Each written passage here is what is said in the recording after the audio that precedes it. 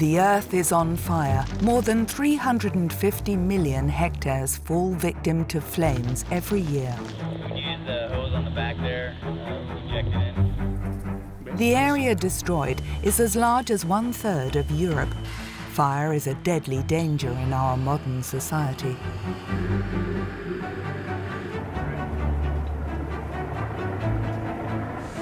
Firefighters all over the world are fighting against the destructive power of flames. Is fire stronger than mankind?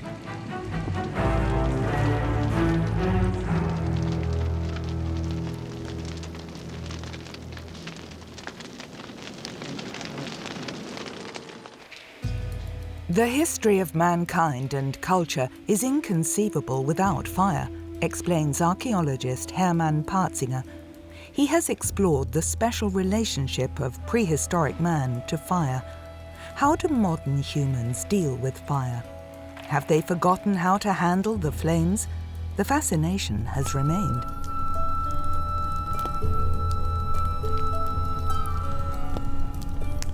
It has something magical, the intense light, the warmth, the heat that it radiates, what it can do, how it can change almost any material. It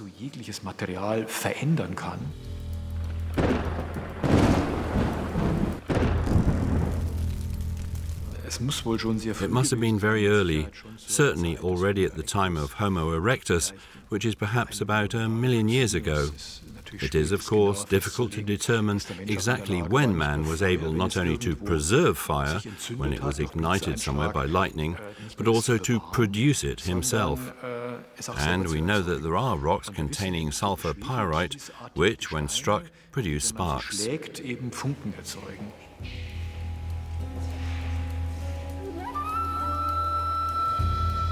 The ability to make fire offered protection from wild animals. Fire provided light and warmth, and that's not all. The controlled use of fire, for example, when preparing food, the enzymatic breakdown of the food, both protein from meat as well as vegetables, allowed the body to absorb nutrients in a completely different way. It provided better ways of digestion, with the result, of course, that man developed further physically. The muscular system grew. Brain growth increased enormously, spasmodically.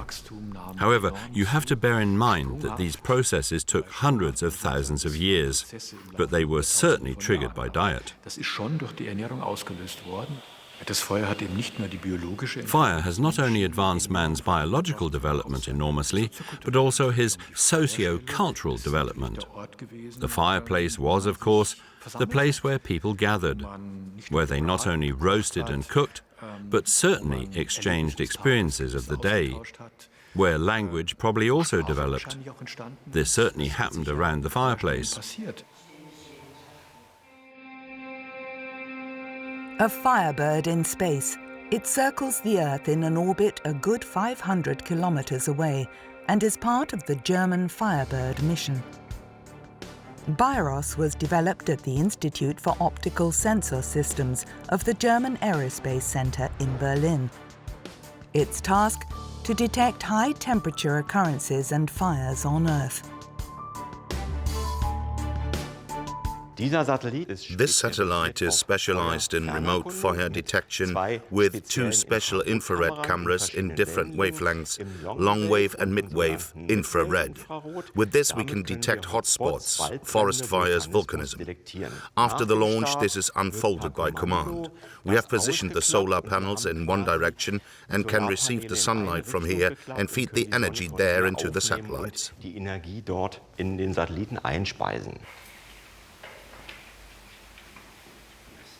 If the contrast to the so-called background and to the ambient temperature is high enough, we can also detect very small fires. The barbecues have to be pretty large, but we can even detect fires of 2 by 2 meters, and that's possible. Like through a magnifying glass, fire detective BIROS detects the flames and processes the data on board. They're regularly called up by a tracking station on the ground. These are the latest fires from Northern California. Look, here you can see where the individual fire zones are.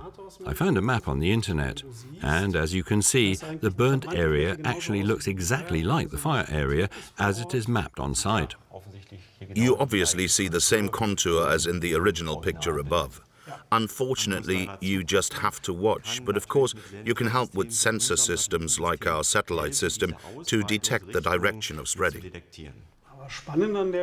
Of course, it would be exciting to combine such data with risk models, where you try with other data to record how long a certain drought has existed or which climatic conditions exist in a certain summer period.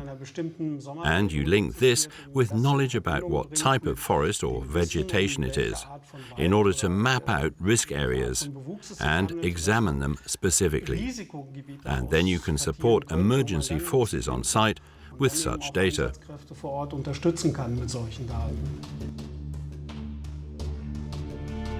Such predictions are especially important for states like California, a hotspot of devastating fires every year. But Firebird and forest experts are not yet networked. The drought on the American West Coast has become a permanent phenomenon. There is no end in sight.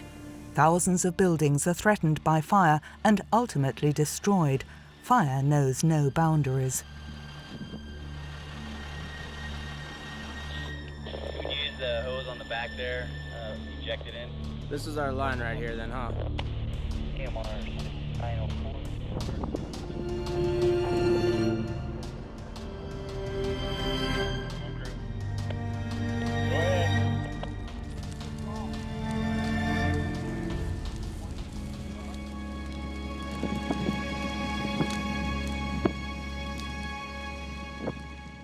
A third of our continents are covered with forest. Since the beginning of vegetation, fire has been part of our ecosystem. Fire on Earth is a natural phenomenon, but only 4% of all wildfires have natural causes, such as lightning strikes or volcanic eruptions. Up to 96% of all fires are man-made. As was the case in Marti, a small seaside resort east of Athens. In the summer of 2018, the fire quickly got out of control and spread rapidly.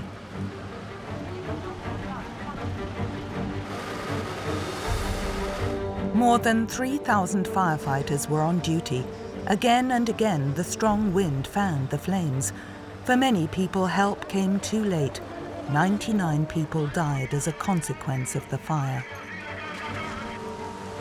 This year in Greece, we have seen that these fires really know no borders.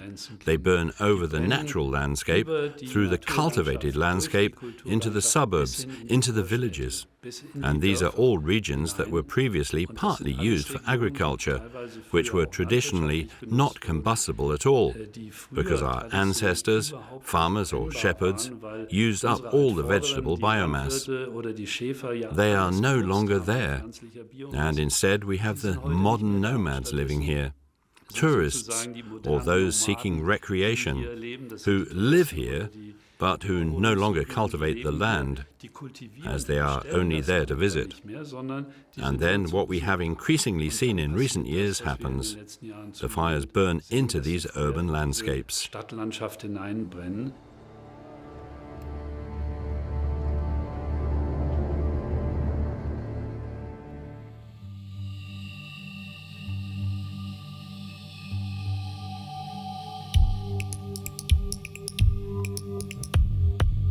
Spain, 80 kilometers south of Valencia. Every year, the whole of southern Europe faces the same challenge. Large fires destroy hundreds of hectares of forest. El fuego tuvo mucha intensidad. Sí, porque fíjate cómo la corteza ha quedado muy... The fire was very violent. Look how much the bark has been damaged, and then in this part the flame has... It's come right to the back. Exactly. The fire hit this part from behind and rose much higher, Almost twice as high. which means that the fire was extremely intense. The wind here was... The wind was strong. Exactly. It rotated in this area many times, as we can see from the needles. Ha habido mucho calor. A lot of bark has burned off. That was very hot. The bark is an insulator, but it has lost that property here. The internal tissue is destroyed. The tree is dead. The brothers Bernabe and José Moya are forest fire experts. Together they search for the causes of the violent fires and for strategies to better protect vegetation and land. José is an environmental engineer. Bernabe is a botanist and tree expert. Look, there's something interesting. Let's take a look.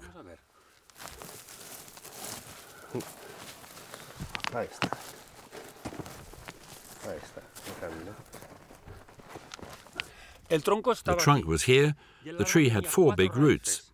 One there, the other going here, a third was here, and the longest went at least as far as here.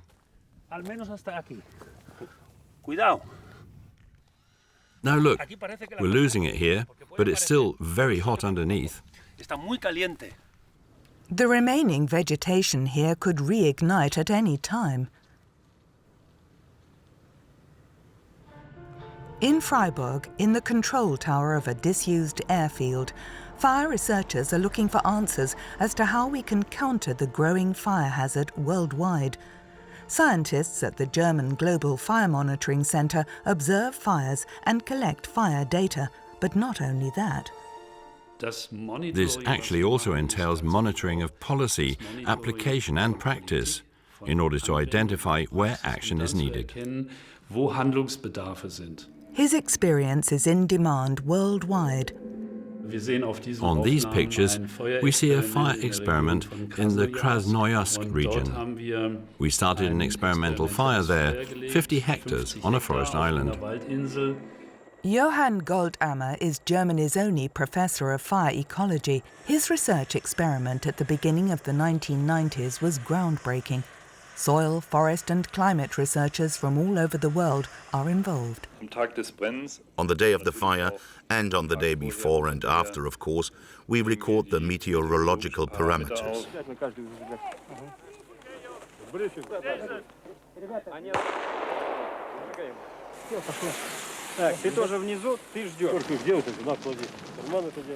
The controlled fire test is intended to provide information on the behavior of large wildfires. The researchers want to know what effects so-called catastrophic fires have on humans and the environment, and how strong the emissions are that rise into the atmosphere.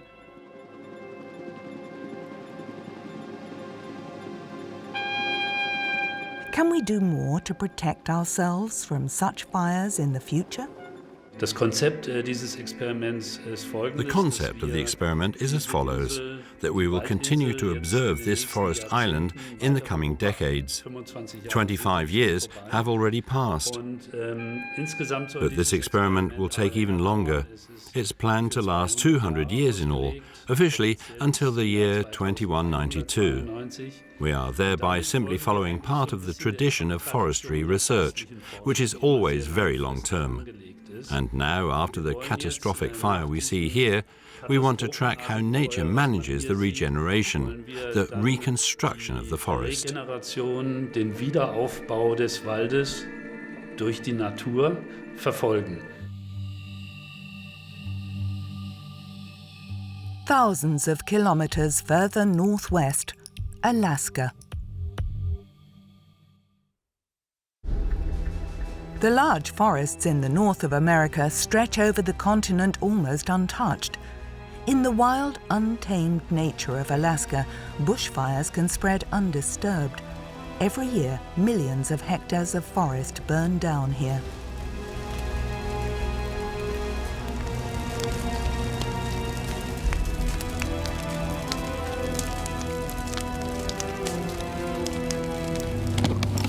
An ideal outdoor laboratory for Austrian atmospheric scientist Martin Stüfer. To collect data, he equips his aircraft with highly sensitive measuring instruments. Stüfer has been contracted by the University of Alaska. Alaska is a perfect test area for forest fire research. The fires occur and are not fought. They spread naturally, depending on the weather conditions. And so every year we have many opportunities to investigate and observe forest fires.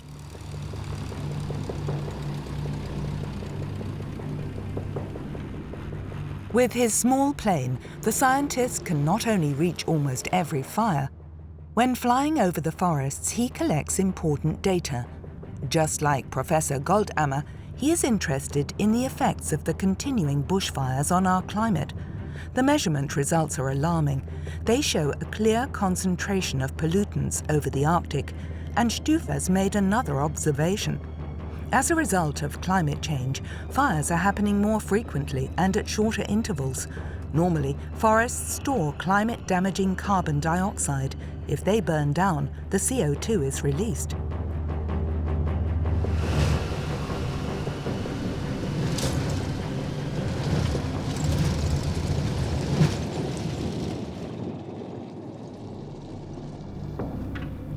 The damage to the vegetation is enormous, but Martin Stufer is particularly interested in the greenhouse gases produced by the fires.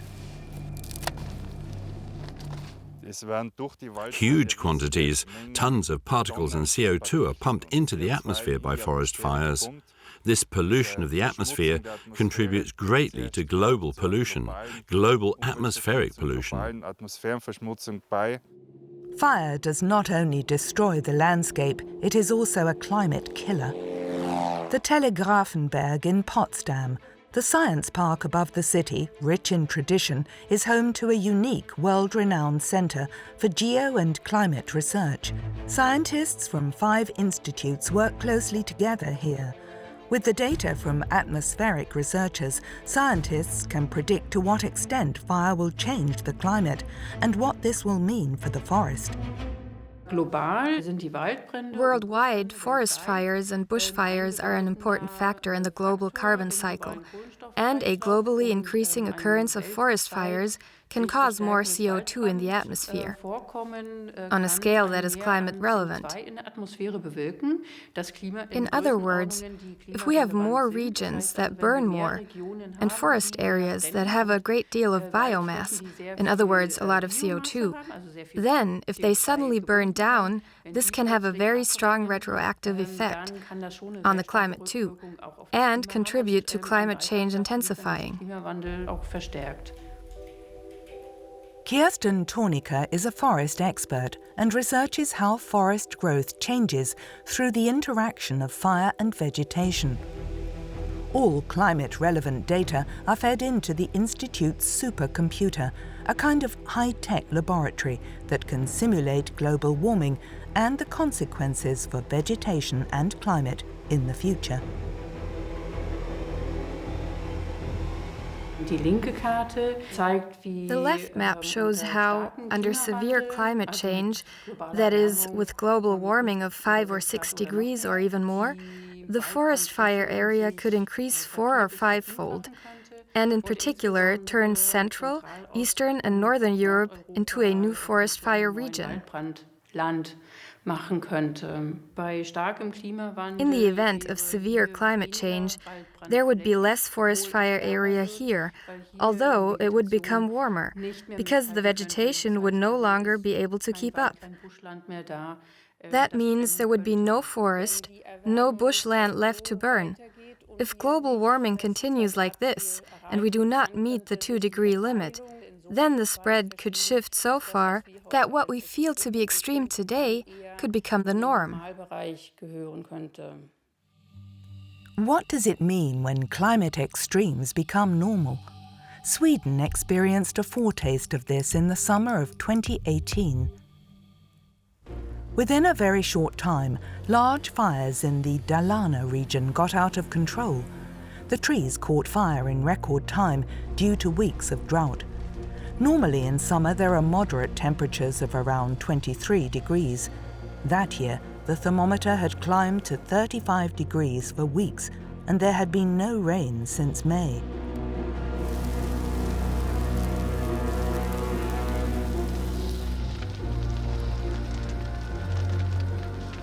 The Swedish emergency services had to request European support because the Swedes did not own a single firefighting aircraft. Is this drought a unique phenomenon? What we are now seeing is that the jet stream is weakening, and this is giving us large-scale weather patterns that are persistent. This means that we may by chance have general weather conditions with prolonged dry and hot spells, or general weather conditions with prolonged heavy precipitation. And that is what we have to face, and what silviculture, forestry or forestry science has to adapt to, just like the fire brigades.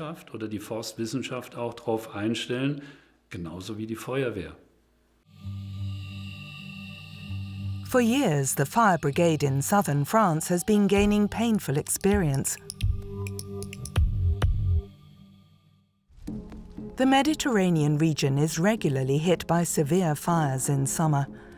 In the mountains, it is mainly the heavy firefighting planes that quickly reach the fires. It's not the pilots who decide where to extinguish. We have developed strategies for this. We assign the planes their destination. And this communication between ground and aircraft crew works very well.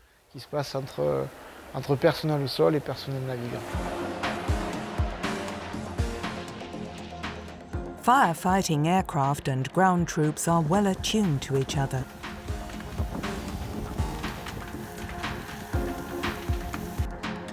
That summer, Sandrine Ballesté, a woman firefighter in the Bouches-du-Rhône department, was sent to Sweden for her first major mission.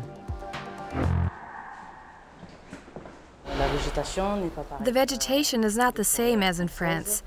We didn't have our technical equipment with us. We used Swedish vehicles. The strategy remains the same. We fought just like in France. We had to adapt, of course, because we didn't have French trucks. You didn't have the equipment we are used to. So we had to use Swedish tools. But the procedure was exactly the same. We are very pleased to have contributed to this European success. The Swedes have benefited from the sad experience of the French fire brigade with wildfires. But in France too, the fire risk is still high, so they regularly practice different forest fire scenarios at Europe's only forest fire simulation facility.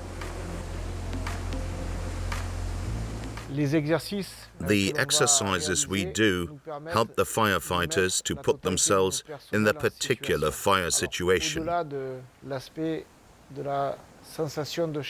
Apart from the heat and noise of a fire, we want to teach colleagues how to behave, how to respond to orders, how to retreat, defend themselves or attack.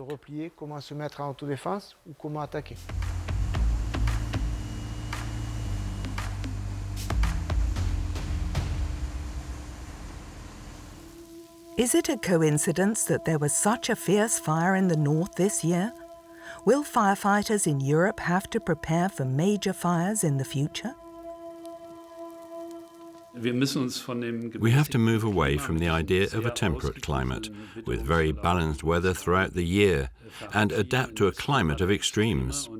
Fires in open landscape, in the agricultural areas, or in other open land areas and in forests, will occur more frequently, which means we have to adjust. And we got a foretaste this year with the fires in the greater Berlin-Brandenburg region, where the areas affected by the fires have increased considerably, and where we saw that the fire brigades, with their classic equipment, could not really cope. Dem eigentlich nicht so richtig begegnen konnten. Directly at the motorway, an area of forest has caught fire, probably caused by a cigarette butt. By the end of the summer, the fire brigade in Brandenburg alone will have fought 473 forest fires. What are the reasons for a fire? What was the wind direction that day? Where did it start? Which way did it go? And are there any signs that it might possibly have been arson?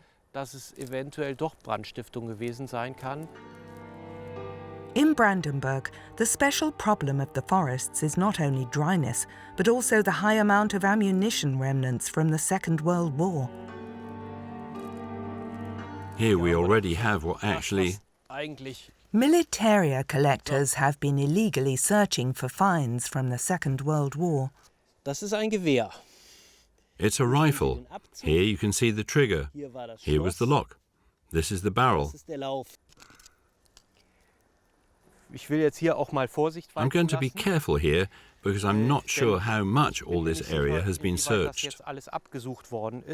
But it could be that there was an excavation here, and then it's possible, of course, that inevitably ammunition was dug up, came to the surface, and then exploded or ignited. I think that's pretty likely when I look at this now. This year, 2018, the dry phase has been going on since the beginning of March. And for this reason, as you see, although we are not driving very fast, behind us is a huge dust trail. Because of the drought, the highest forest fire warning, level 5, has been declared for weeks. The European Union has classified Brandenburg as just as vulnerable as Greece. There are fire watch towers all over the forest. Raimund Engel is the state's Forest Fire Commissioner. He's trying to get an overview. It still looks green, but if you look closely, especially at the hardwood, you can already see the first signs of drought stress here. And after these weeks or months of drought here in the south of Brandenburg, it's already becoming critical. And you can already see a few pines turning brown, and some of the deciduous trees, where the leaves have changed color and are falling off. Some trees can't tolerate it for long. The restructuring of the forest could be a solution, but on the sandy ground it quickly reaches its limits. In a deciduous forest, a higher humidity, meaning a different climate, would be of help. But we won't be able to do that here in these large areas, because here the pine is the main tree species. We will press ahead with the restructuring of the forest, but we'll not be able to change the sand pit here, as it was called by the Prussian king Friedrich II. And on the sandy ground, pine grows best. Raimund Engel's main strategy is early detection. The 107 surveillance towers are equipped with Firewatch, a sensor system that scans the site for smoke. Within 6 minutes, the sensor rotates 360 degrees once. The early fire detection system actually comes from space research. Sensor technology has been developed to detect gases and smoke on distant comets. The systems are 1,000 times more precise than the human eye. Firewatch is in demand all over the world and is constantly being further developed. Each optical sensor must be individually measured and calibrated in the test laboratory.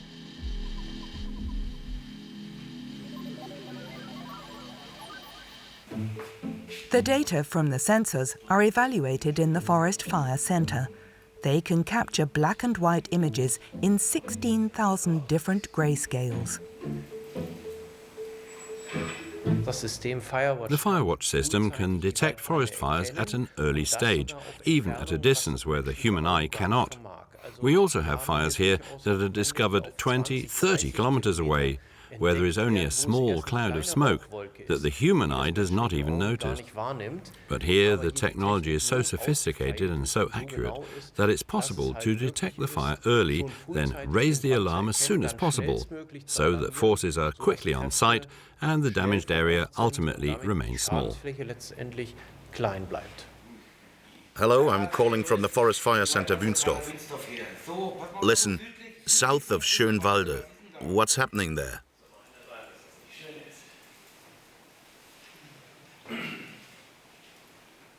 A fire in a garage? Okay, so no forest. Whenever a cloud of smoke rises above the treetops, this system gives an alarm, and then it has to be checked whether it's a cloud of smoke from a forest fire or just a cloud of dust, maybe from a tractor ploughing the fields. Early fire detection is not enough for the specialists at the Global Fire Monitoring Center in Freiburg. Professor Goldammer and his team are looking for ways to use the collected data and experience from the recurring forest fires to develop new preventive fire protection measures for Europe. This is how we derive the concept of controlled burning, using a scientific approach to clear up the forest, so to speak, with these regular fires. We'll clear it out. We reduce the fire load so that if it burns in a very hot and dry summer, there is much less fuel there. Controlled burning means withdrawing fuel from the uncontrollable wildfire by means of targeted fires. The researchers are also using a new technology. The classic vehicles don't get into the forest and are very difficult to move even with field fires. We have already had a lot of accidents where even the vehicles themselves caught fire. But now we have a new technology available to us, namely firefighting tanks.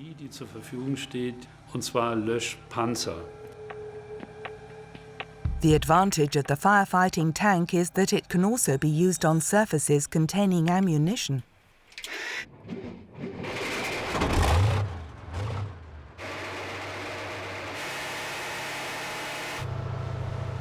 The vehicles are thoroughly checked after each use. The tank of the converted T55 holds 11,000 litres of water. Together with his team, Hans-Joachim Schulz specializes in forest fires. In the summer, the entrepreneur is frantically busy. We hardly had time to recover. We had one weekend break in between. Our people couldn't get much rest. Schulz trains the drivers and also converts the vehicles in his own workshop in Seehausen. He is usually called directly to the scene by the fire brigade. Only recently there was a fire in a nearby pine forest, not far from where he lives. The next day he was at the scene of the fire again. How does it look? Shall we go and see? The ground here is completely dry. Even one day after the fire, they cannot be sure that it has been completely extinguished. It burns like tinder, of course. A flying spark from a braking freight train had triggered the forest fire, and indeed, the men still find patches of glowing embers. They're often difficult to detect with the naked eye. Let's take a look at this. We have the humus layers in here, and then the fire just eats through underneath. It's got water on here now. It's wet here because the fire department got to it, but ultimately the fire eats its way through between sand and humus. And so if we don't interrupt it, it actually makes its way through the path and proceeds to the next area. Here it runs both with the wind and against it. It goes so fast. A very small strip, and there's nothing yet. And now it's concentrating here again. Unnoticed, the fire can burn under the path and come up again in distant places in the forest. The tank is also an advantage here. It pushes away the combustible humus layer and can thus stop the invisible spread of the ground fire. We have to clear the paths, otherwise it won't work. As I said, if you don't watch out... Schulz wants to support the fire department. His vehicles are now indispensable. After a fire, the trees are susceptible and are often attacked by pests. This forest is lost and must be reconstructed. The trees here are mainly needed to supply wood. On completely overheated ground, they stand close together with no way to resist the fire. Will we have to say farewell to the old, familiar forest in the future?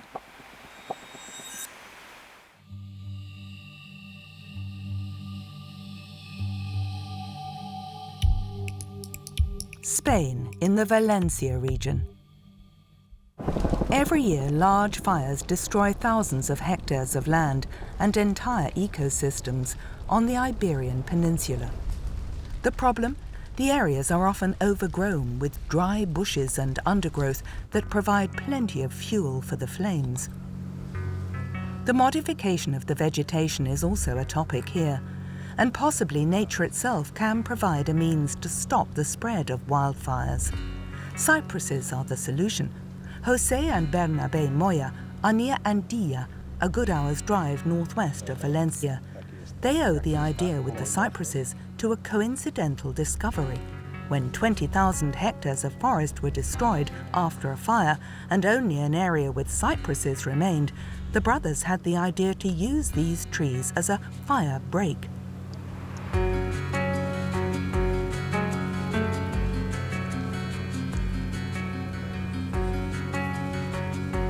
Together they founded the Cypfire project, which aims to plant cypresses as green firewalls in Mediterranean countries. There are no weeds. No weeds and no bushes either, right? That would speed up the fire. And they have little foliage, very small, compact. Yes, and look how healthy they are. Its properties make the cypress a natural firebreak. It stores a lot of water, takes a long time to start burning, and no weeds grow underneath it. Ideal conditions to slow down a wildfire. We cannot change the climate, but the land use and the forests provide possibilities, and that should be our task. It's a big green umbrella. The fire can't enter, but a person can disappear behind it.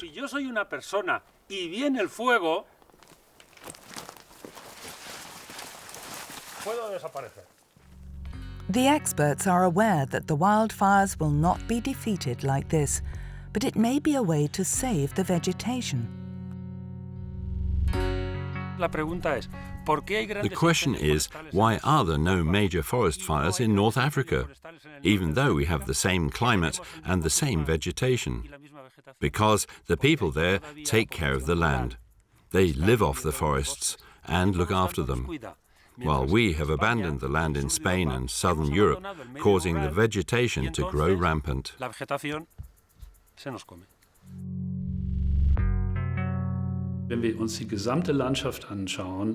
If we look at the entire landscape, then we have to develop concepts that make this landscape resilient against fire, against wildfire.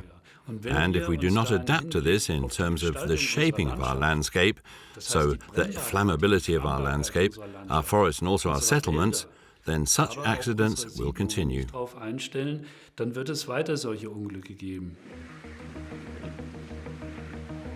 Is it possible to make our landscapes more resilient? The railway embankment in Siegburg was the scene of a fierce fire on the 7th of August 2018. Flames quickly spread to nearby houses. The residents had hardly any time to get themselves to safety. About less than a minute ago, you could see huge fires that were directly created by shards of glass, discarded cigarettes, whatever, faster than you could see. Gusts of wind, express trains passing by. First the one embankment burned, then straight away the next one. Immediately the houses caught fire within seconds. All the neighbours fled. Although the fire brigade was there at once, everything happened at a furious pace. 9 houses burned down, 32 people were injured. We saw scenes that reminded us very strongly of Greece or California, and that we haven't seen here in this form in recent years. That means we have to be aware that on the outskirts of our settlements, our villages, or along the railways, on the outskirts of towns, in such dry periods, our built-up areas are also endangered. And that brings us to the link between the so-called landscape fire and the urban fire.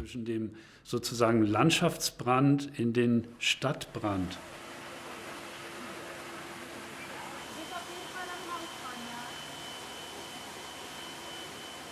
Die Dächer sind nicht The brennbar. roofs aren't flammable when you look at them from the top, but if we look at how the roof overhangs the masonry, there are the points of entry.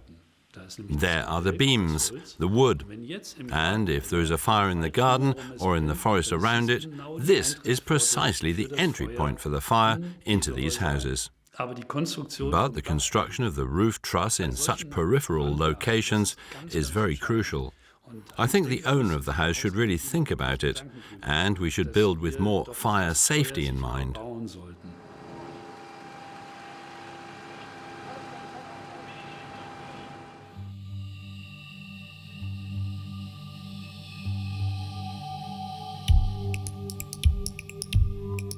London, 2017. The English metropolis experienced the greatest fire disaster of the post-war period. The 24-storey Grenfell Tower in North Kensington was on fire. Triggered by a fridge fire on the 4th floor, the fire ate its way up the facade of the skyscraper in a matter of seconds. The reason? The facade cladding of the high-rise building was not fireproof. Screaming, help, help, it's flashing their lights and everything, and now all those windows, people are gone.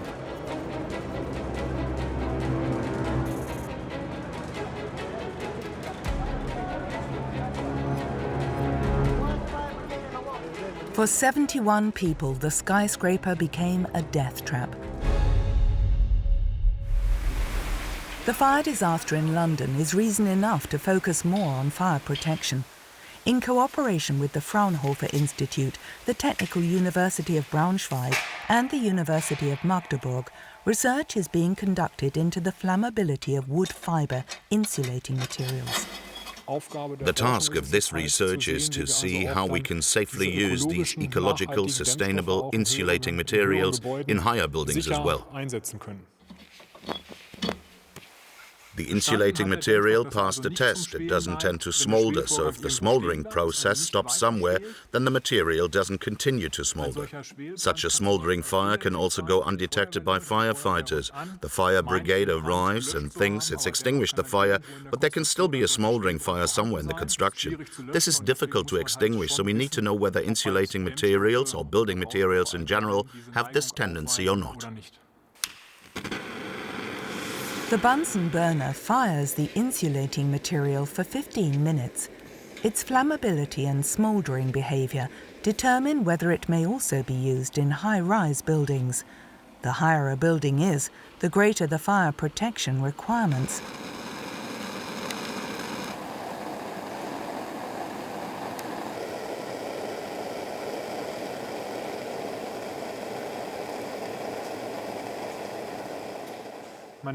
You can still see a few ambers here, the insulating material that is still smoking, demonstrating very nice fire behavior up to this point in time here. So we have a long fire exposure, a low heat release rate, and the fire is also limited to a relatively small area. But the problem is this behavior that we see now. It is still smoldering inside the insulating material, and that won't stop by itself. This smoldering is a danger for the fire brigade. It's difficult to put out these smoldering fires, and so we are developing appropriate protective measures to limit this, either by a different material composition or by constructive measures by cladding. The greatest danger with house fires actually comes from carbon monoxide. Modern furnishings often release an entire cocktail of hot pollutants. 95% of all fire victims die from toxic gases. If the rescue is not carried out within 5 minutes, there is a danger of suffocation. The firefighters are protected by their breathing masks, but they can see nothing. The unknown space is completely black.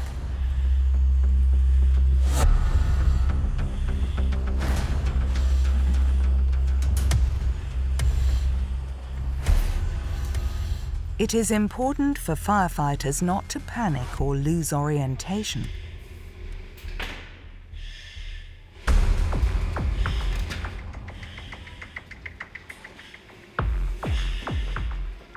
Again and again, the men from the volunteer fire brigade practice scenarios like these in the fire brigade school's firehouse. Here's our mission: attack troop to fight the fire with one sea pipe in the left, lower ground floor apartment, water troop a second attack, and rescue troop, host troop does the respiratory protection monitoring.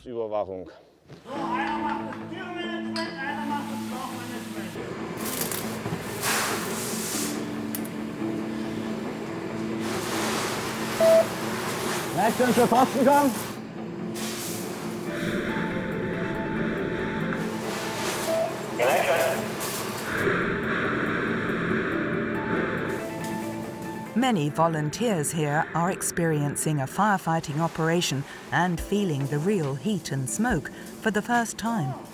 Again and again they practice the same procedures. This is the only way they can survive in an emergency. Fighting the fire is also very physically exhausting. The protective clothing and respiratory equipment alone weighs up to 25 kilos.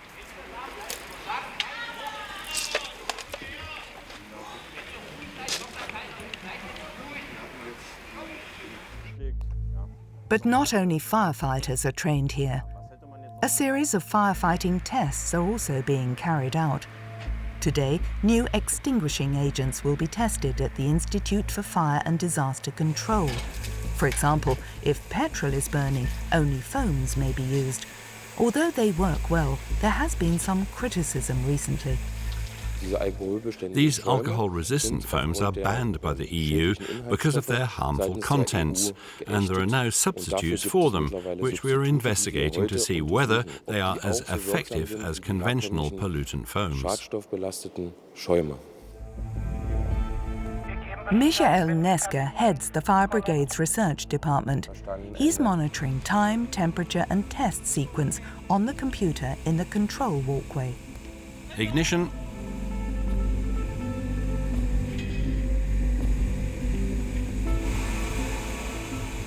After it has burned for 2 minutes, the extinguishing test begins. The researchers plan at least 3 test rounds before the test is evaluated. The fire is now fully formed.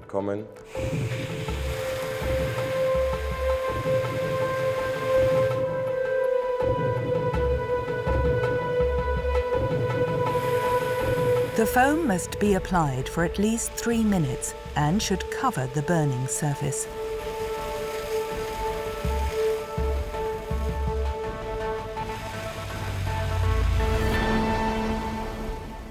Fire's out. In my opinion, and this is also demonstrated by the measured values, this foaming agent, which we have tested as an alternative to fluorine-containing foaming agents, is absolutely suitable. I am a little surprised myself, I have to say, but in my opinion, as the measured values also prove, it worked excellently.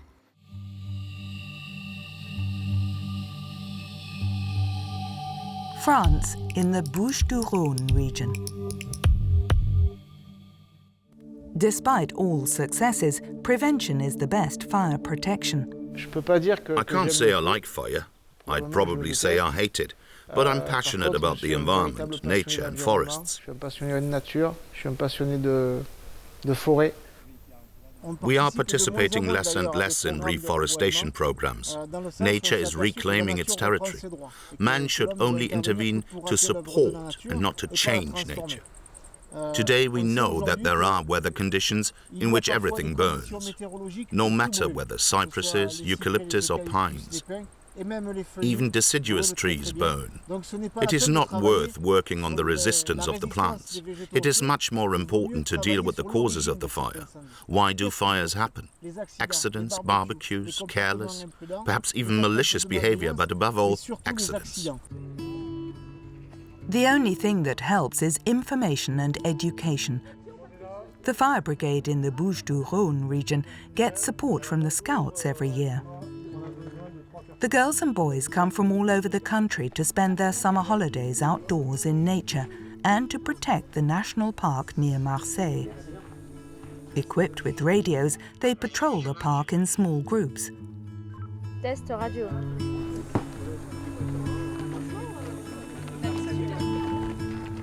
Quand il y a des fumeurs If there are smokers who don't follow the park rules, we talk to them and ask them to put out their cigarettes. On va aller leur demander d'éteindre leurs cigarettes parce qu'un mégot, ça peut vite déclencher un feu.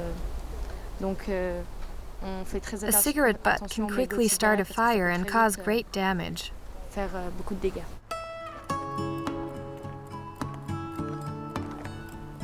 This is a strategic point as it's very high and you can see everything, all of Marseille and the Colomb Park.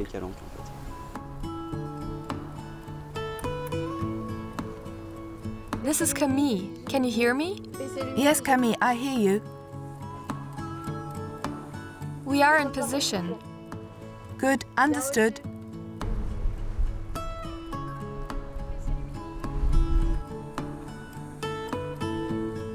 The whole of Europe needs to prepare for climate change. We are in a state of upheaval.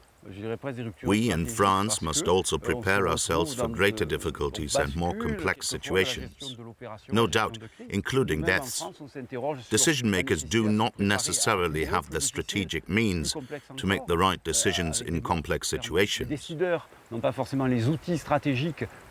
So this is a task for the European Commission and its disaster control.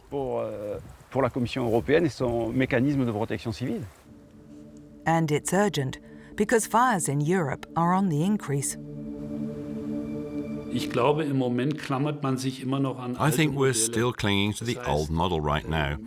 From the temperate climate period with near-natural forests, with great biodiversity, with sustainable production of goods, wood and forest byproducts. These concepts simply have to be revised. I think there is a great deal to do for the forest scientists in the future. The power of fire knows no borders, and the only way to fight it is with a cross-border strategy.